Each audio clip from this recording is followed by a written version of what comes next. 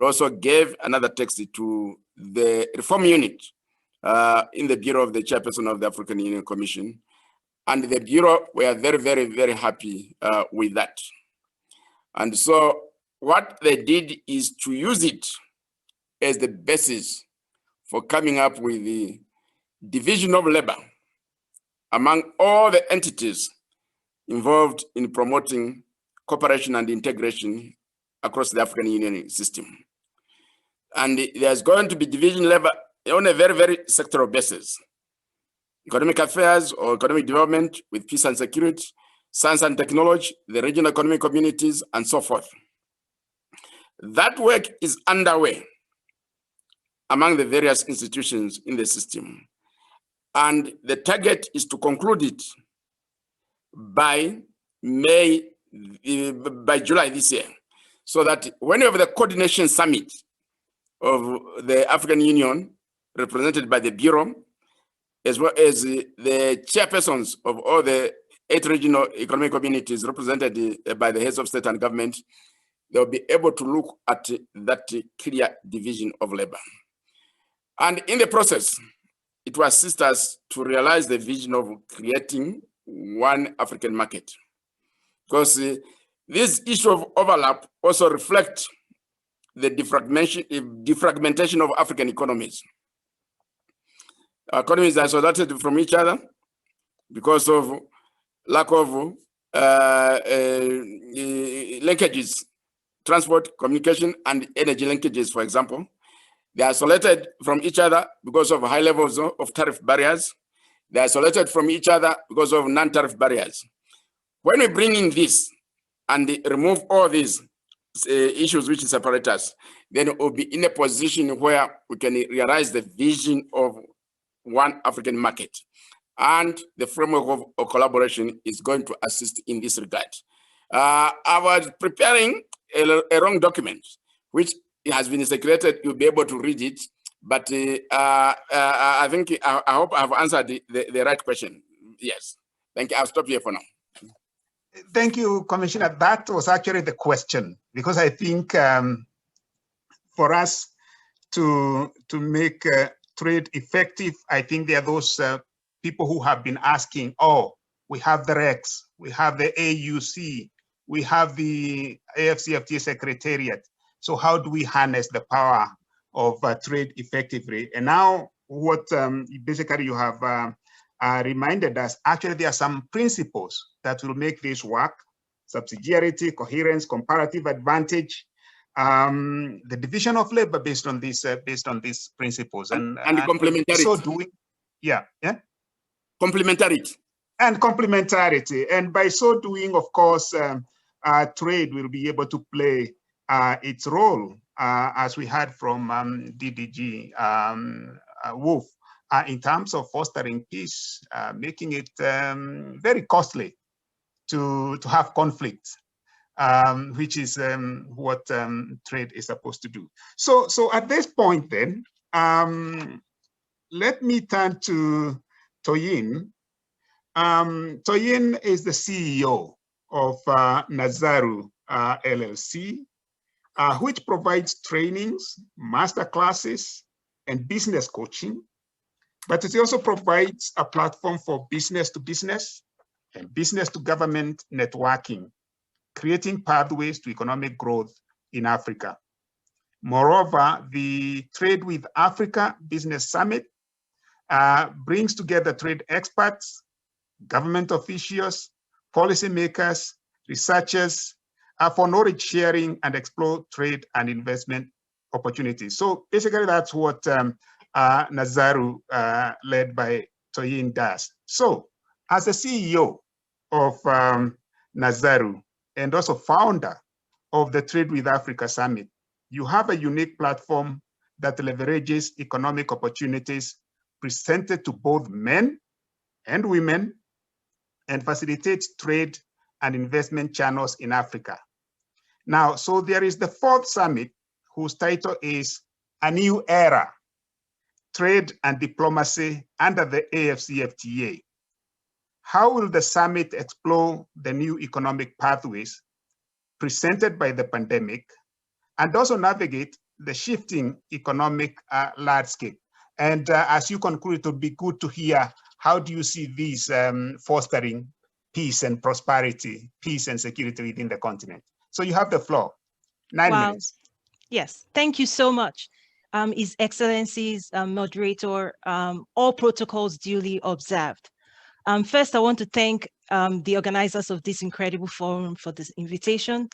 I also want to use this opportunity to thank His Excellency Ambassador Albert Muchanga, who is also on this panel.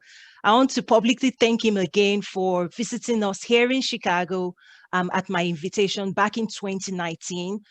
Because for us, we wanted to stay abreast the changes on the continent, and he was able to deliver a resounding keynote on the African Continental Free Trade Agreement back in 2019, and our continued direct line to your office, His Excellency, has really allowed the trade, investor, and buying community that I lead for us to stay current with all the changes and shifts. And I just want to publicly thank you for always responding to my inquiries and my emails and all of that. So I really do appreciate it. And the community I lead also extends our appreciation. And I look forward to a time, post-COVID, to be able to have you and your team again here in Chicago. But for now, what we've done is we've leveraged the power of technology. We've shifted our engagements fully digital, and trade and investment dialogues and engagements happen daily 24/7 on our platforms. So, ladies and gentlemen, I think it's a great time in history to be African. Despite COVID-19 impact, I believe the stars continue to align in our favor to support our common vision of advancing trade, peace, prosperity, and security in Africa in order for us to achieve the Agenda 2063 delivered to us by the leadership of the African Union member states. Trade is about wealth creation and also drives global wealth distribution. African nations must design robust strategies in order to capture the new and emerging trade opportunities that the AfCFTA presents, particularly to empower women and the youth at the grassroots level. Trade is key to unlocking Africa's economic potential. So how then do we go about, particularly in the private sector, how do we go about capturing trade and increasing these trade opportunities? That's what we do. Allow me to share a few insights based on our years of research and work at Nazaru and also the Trade with Africa platforms. Okay, so I have a couple of bullet points here that I want to highlight. The first one is that African nations need to prioritize export development and export promotion for made in African products. Yes, we know that AfCFTA creates a huge market for African products. However, what I strongly know is that only the nations that actually invest and prioritize export development will stand to benefit from this dynamic trade policy. So it's important because the AfCFTA creates a market for us to export our products within the African continent. So it's so important for us to invest time to help groom the private sector to be able to compete and also capture these emerging trade opportunities that AfCFTA presents on the continent. We must also secure market access and create enabling environment for our brothers and sisters from other African nations to thrive and win within our communities. This will ensure that we all win together as one African market. Industrialization is required to create and develop new economies across the continent through strategic partnerships, whether it's on the continent and even beyond. I sit here in the US, and I know for a fact that there are potential partners all over that reach out to us that make inquiries that what does Africa need, right? Is it in agriculture? Is it in manufacturing? Is it technical support? I think the private sector has a unique opportunity to liaise and engage with both foreign potential partners and even partners beyond their country and neighboring countries as well, for us to achieve and tap into the power that these partners present to us.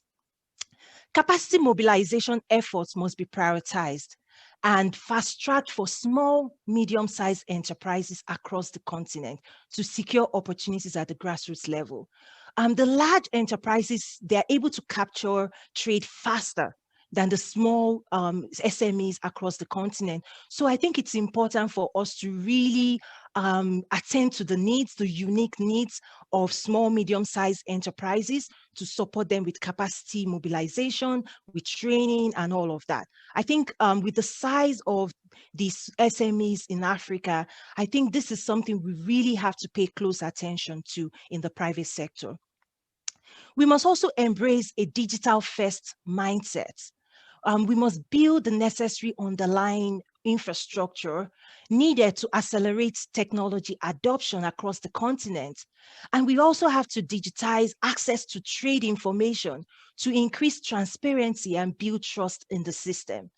The youth of Africa must be equipped to compete with the rest of the world when it comes to blockchain, artificial intelligence, through the adoption and acceleration of the true 5G backbone.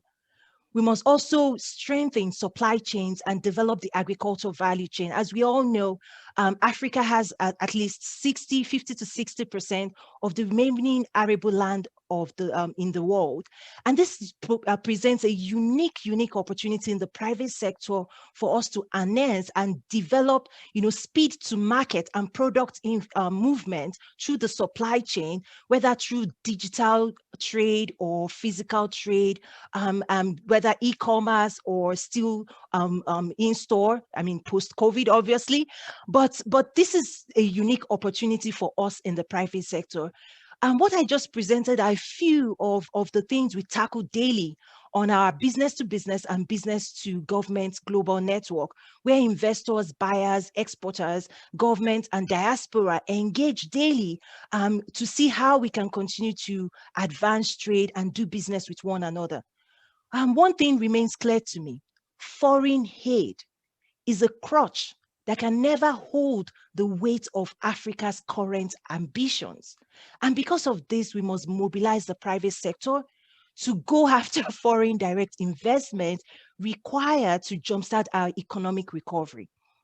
The Trade with Africa Business Summit is a private sector-led engagement, but supported by government agencies, associations, chambers of commerce, and trade financing institutions, such as the African Export-Import Bank, Afreximbank, and the Export-Import Bank of the United States of America. And I also want to use this opportunity just to say a special thanks to Afreximbank for continuing to partner with us and support us, and for Mrs. Kanayo also visiting us in Chicago as well to really deliver a keynote on the role of trade finance institution in advancing trade across the continent. So I really do appreciate the work that they do at Afreximbank.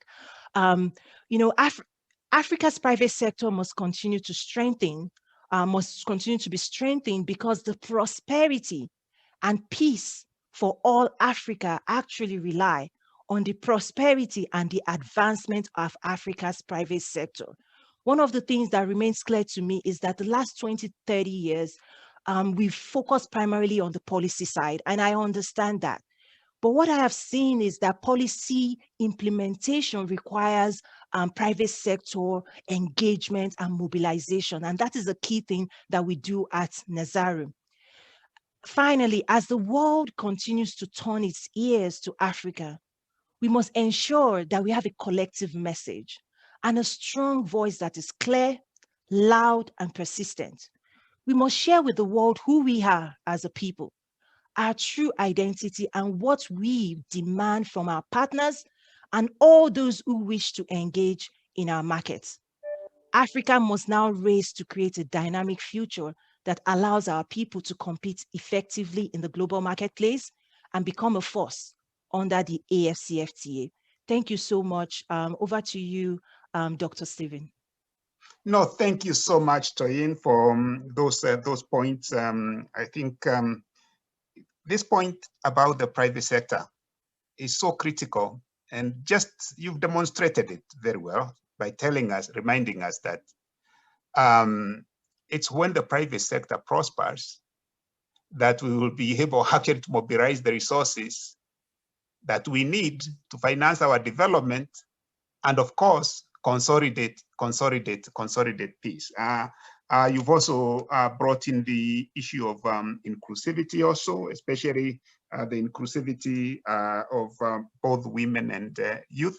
And the AFCFTA, to be honest, even has articles that speak to that. And so we have to really figure out how do we operationalize this. And I think the linkages that you call for between the large corporations and the SMEs is where we will be able to operationalize these articles that are very specific to men, to women and youth through the SMEs. So that's our first round. And I think I'll put you back, my panel back on the mic, because there are 3 questions that have come from the floor. Let me go back to Toyin before I go back now to the last question, where each of you will give us something. But Toyin, this question is asking, what are the 2 key enabling factors in economic policy development and formulation that would contribute to the realization of the aspirations of Agenda 2063 and 2030, Agenda 2030? It feels like that's a question that can also be addressed to me, but I think it's good to hear a private sector perspective on what you see to be 2 key enabling factors in economic policy development and formulation that would contribute to the realization of these 2 great agendas. Yes.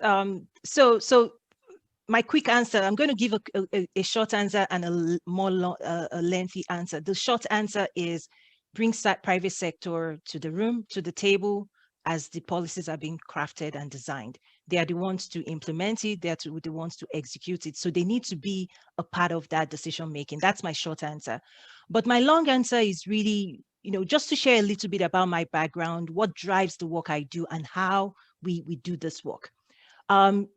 My background is serving in the world's largest company, Walmart headquarters, working in merchandising, working in global sourcing, the decision-making process that the world's biggest buyer makes before they decide where they're going to buy, okay?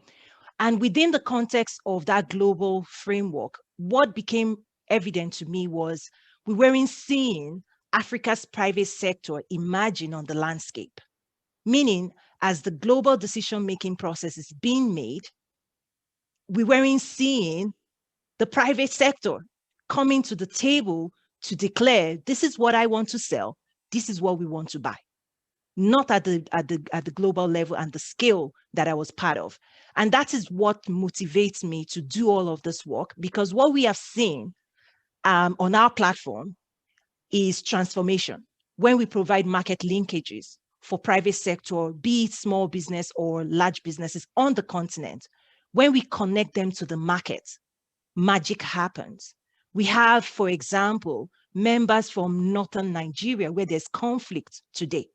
We have members that have shipped face masks to the US market through market connectivity and training and coaching and hand-holding.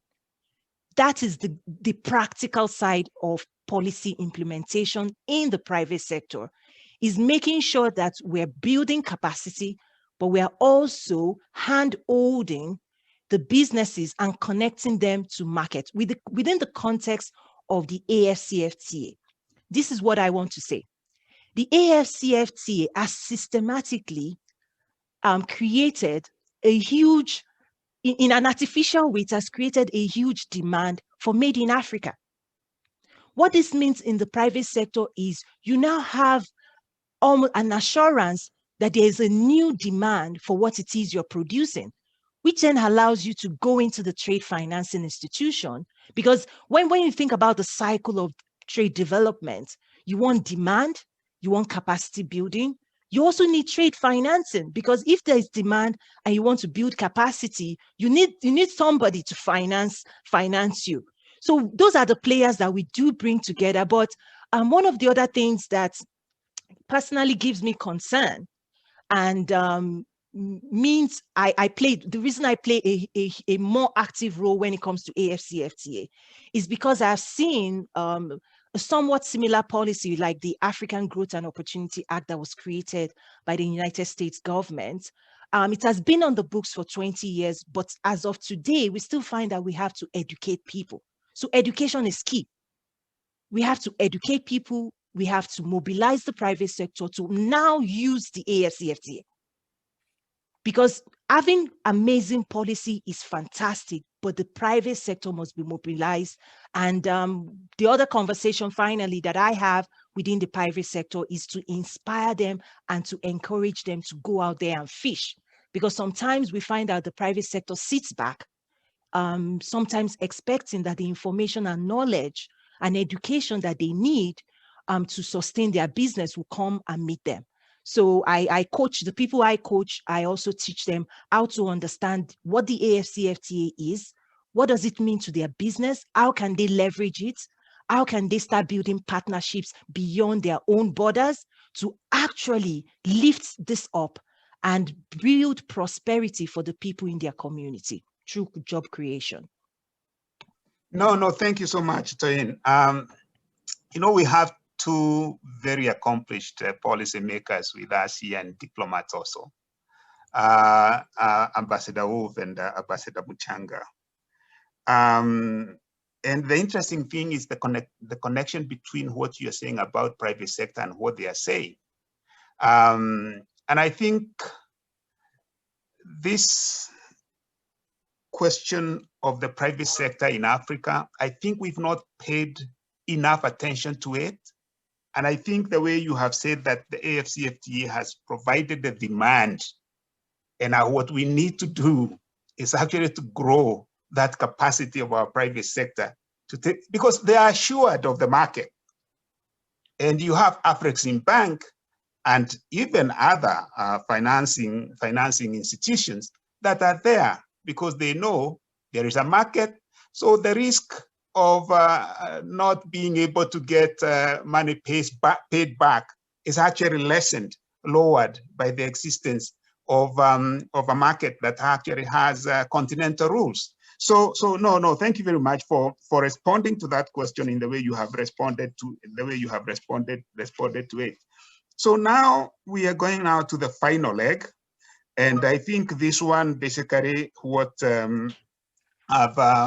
I have before me is just to ask each one of you, and I think now we will start. No, I think ask each one of you to think of some action-oriented recommendation that on how African governments, specifically those in the context of conflict,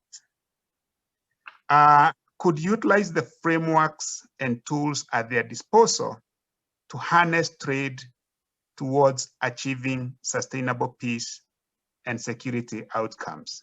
It's actually a loaded question, I must say. How can African governments, specifically those in contexts of conflict, or maybe risk of conflict, utilize the frameworks and tools at their disposal to harness trade towards achieving sustainable peace and security outcomes? Toyin, we are coming to the end of the session. Yes. So for us, the Trade with Africa framework we developed actually highlights investment focus areas to accelerate growth and development. So for example, we highlight the agriculture value chain, manufacturing, retail, digital, physical, infrastructure development, having enabling policies and fiscal responsibility underpinned by the right level of education for the youth, technology, security, healthcare, human capacity development. These are all areas that I believe each government must pay attention to if they want to remain relevant in the future. The journey to achieving this is long. However, we can focus on laying the solid foundation today that will secure the future of Africa for generations to come. Also, what I want to highlight is that the real currency of trade is actually trust in the private sector. We must find ways to build trust back into the African systems. whether within ourselves or even beyond Africa with the rest of the world. We need to continue to design enabling policies that protects the investments. And we also need to accelerate the adoption of technology for sustained economic growth. I believe this is a perfect time for Africa to leapfrog ahead of the rest of the world. We do not need to recreate other people's past when we can actually create the future of the world for the rest of the world. But in order to do this successfully, we must innovate. But let me leave you with a new phrase I just developed to explain what it takes to innovate. There's no innovation without collaboration, and there's no collaboration without association, and there's no association without relation, and there's no relation without trust. When we trust people, we relate with one another. Once we relate with one another, we bring ourselves in association. Once we're in association with one another, we then start to collaborate. And when we start to collaborate, we start seeing new ways of working. We start implementing new ideas, and that's how we innovate. So let us rebuild trust in the system, because that's the foundation to accelerate trade and achieve our goals. And together, we can build the Africa that we want. God bless you. And I thank you again for this opportunity. Over to you, Dr. Stephen. Thank you. No, thank you. Thank you very much. And actually, on that note, I had been asked by the ASWAN Forum Secretariat to think of some takeaways. I believe what I would want to say is the following, because I think we are running out of time. We have run out of time. I think the case has been made. It's not even just a case. We have been able to demonstrate clearly through our interventions that trade does actually contribute to peace and security. There are different channels that it does that, either by raising the costs of conflict, or just by the fact that it creates prosperity. And if this prosperity is inclusive, you don't have a situation whereby people would want to go to war. Now, there are some very clear actions, recommendations that have also come from here.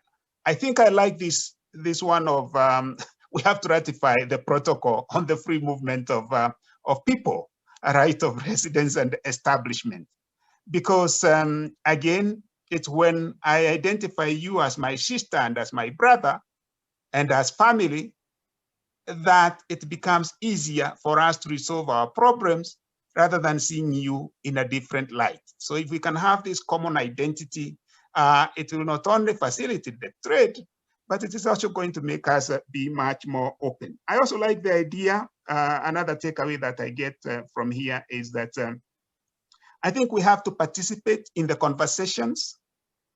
And I think this is the idea from you, Ambassador Wolff, that we need to participate and exploit the synergies that exist between us, because we'll also be able to share experiences, even with people who are from outside Africa, who have been where we are, and the role that trade has played. And the idea of trust, I think, is at the heart.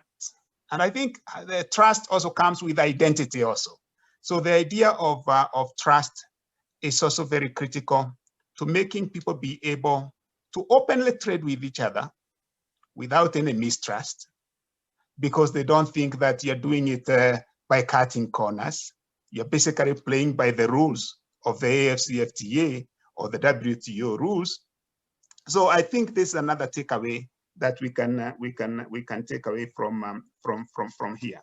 But there are quite a number of points that you have made as panelists, and I really want to thank each and every one of you. It has been a privilege to moderate the session, and I really want to thank the ASWAN Forum for giving all of us the opportunity to be able to put across the views and the points and the recommendations that have come from you.